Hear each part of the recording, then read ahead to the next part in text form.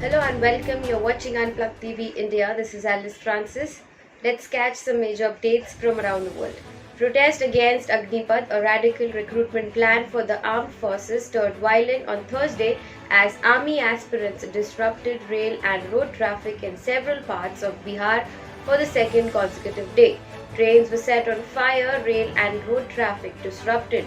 Window panes of buses smashed and passerby, including a rural BJP MLA, pelted with stones by angry youths demanding the withdrawal of the new short-term recruitment scheme.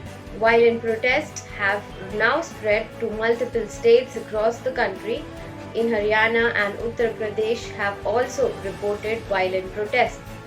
Agnipath, the tour of duty scheme, proposes the recruitment of Jawans on a contractual basis for a 4-year period, followed by compulsory retirement for most without gratuity and pension benefits.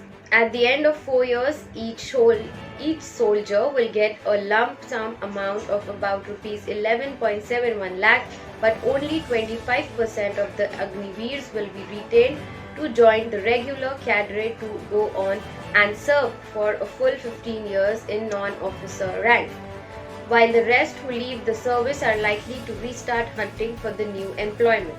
The new recruitment plan aims to cut down the government's massive salary and pension bills and free up funds for arms procurement. Congress leader Renuka Chaudhary on Thursday held a policeman by his collar while being taken away by other police personnel during the party's protest in Hyderabad over Enforcement Directorate summons to Rahul Gandhi in connection with National Harari case. Chaudhary, one of the senior Congress leaders, indulged in the heated argument with the police officer as she held his collar. She was then dragged by the female police officers towards the policeman. Mild tension prevailed near Telangana's Raj Bhavan as the police foiled the attempts by the protesters to lay siege to the building as part of a Chalo Raj Bhavan call given by Congress Telangana unit.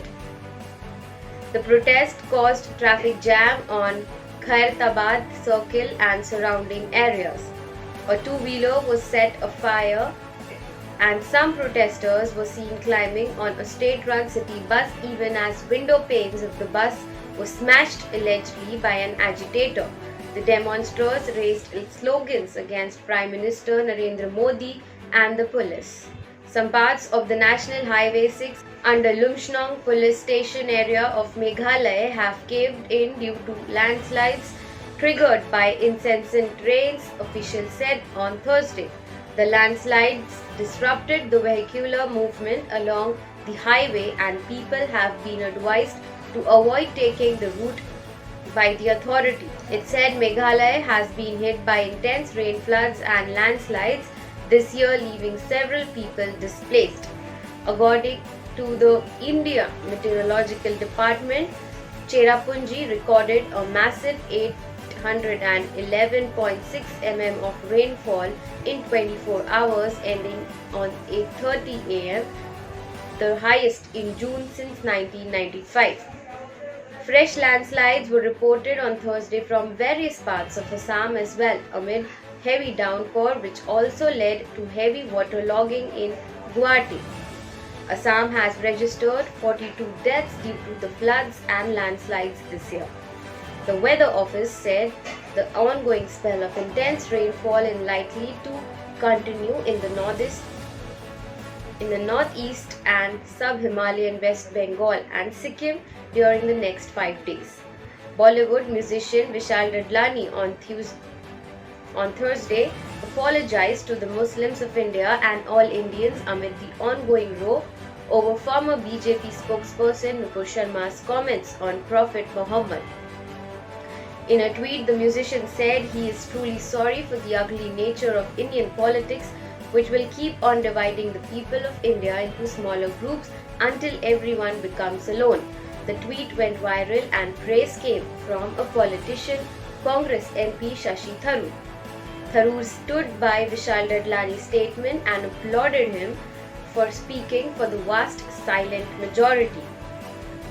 Violent protests erupted in Delhi Uttar Pradesh, Jharkhand, and West Bengal on Friday, demanding the arrest of Nupur Sharma, who made derogatory remarks about Prophet Muhammad at a live television debate.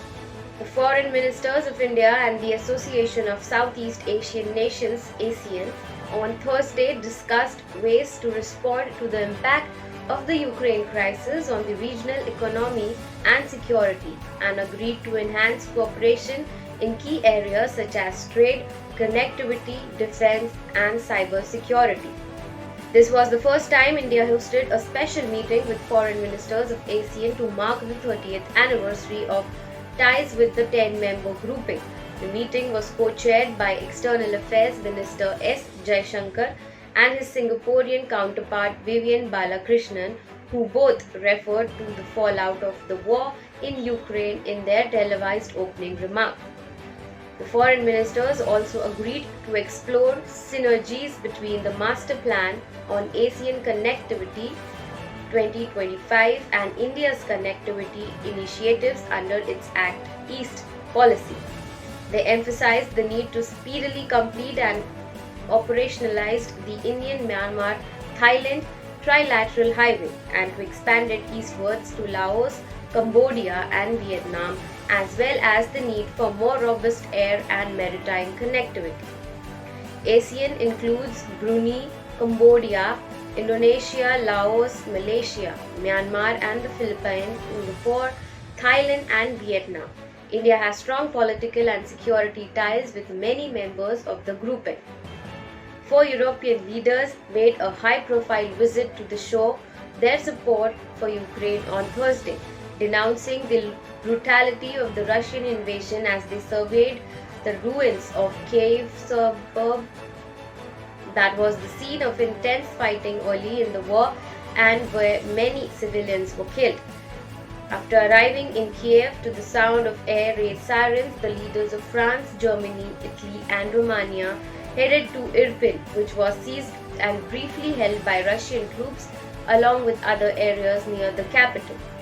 Mass graves have been unearthed in the area, most notably in Bucha, and French President Emmanuel Macron decried the massacres and said there were signs of war crimes.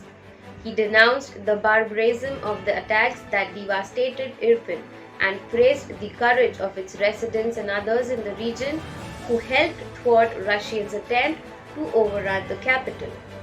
The visit, which included a meeting with President Zelensky, carries heavy symbolic weight since the three Western European powers have faced criticism for continuing to engage with Russian President Putin and failing to provide Ukraine with the scale of weaponry that it has said is necessary to fend off the Russians. The Russian forces are pressing their offensive in the eastern Donbas region, slowly but steadily gaining ground on the badly outmanned and outgunned Ukrainian forces, who are pleading for more arms for Western allies. North Korea reported an outbreak of an unidentified intestinal epidemic in the farming region on Thursday, putting further strain on the isolated country as it battles chronic food shortages and a wave of COVID-19 infections. Leader Kim Jong-un sent medicines to the western port city of Haeju on Wednesday to help patients suffering from the acute enteric epidemic. The term enteric refers to the gastrointestinal tract. An official at South Korea's Unification Ministry handling inter-Korean affairs said the government is monitoring the outbreak, suspected to be cholera or typhoid. The reported outbreak comes as the North tackles its first outbreak of COVID-19 infections. It declared a state of emergency last month amid concerns over a lack of vaccines and medical supplies. North Korea reported 26,010 more people with fever symptoms on Thursday, with the total number of fever patients recorded across the country since late April nearing to 4.56 million. The death toll linked to the outbreak is at 73. US President Joe Biden nominated security expert Radha Iyengar Plumb to the post of Deputy Under Secretary of Defense for Acquisition and Sustainment of on the latest Indian American to be named for a key position. She is currently serving as the Chief of Staff to the Deputy Secretary of Defense. Prior to her appointment as Chief of Staff, Plumb was the Director of Research and Insights for Trust and Safety at Google, leading their cross-functional teams on business analytics, data science, and technical research. She has also previously served as the Global Head of Policy Analysis at Facebook, where she focused on high-risk, high-harm safety and critical international security issues. Thank you for watching Unplugged TV India. Please hit like, subscribe and share, and also press the bell icon to get the latest updates.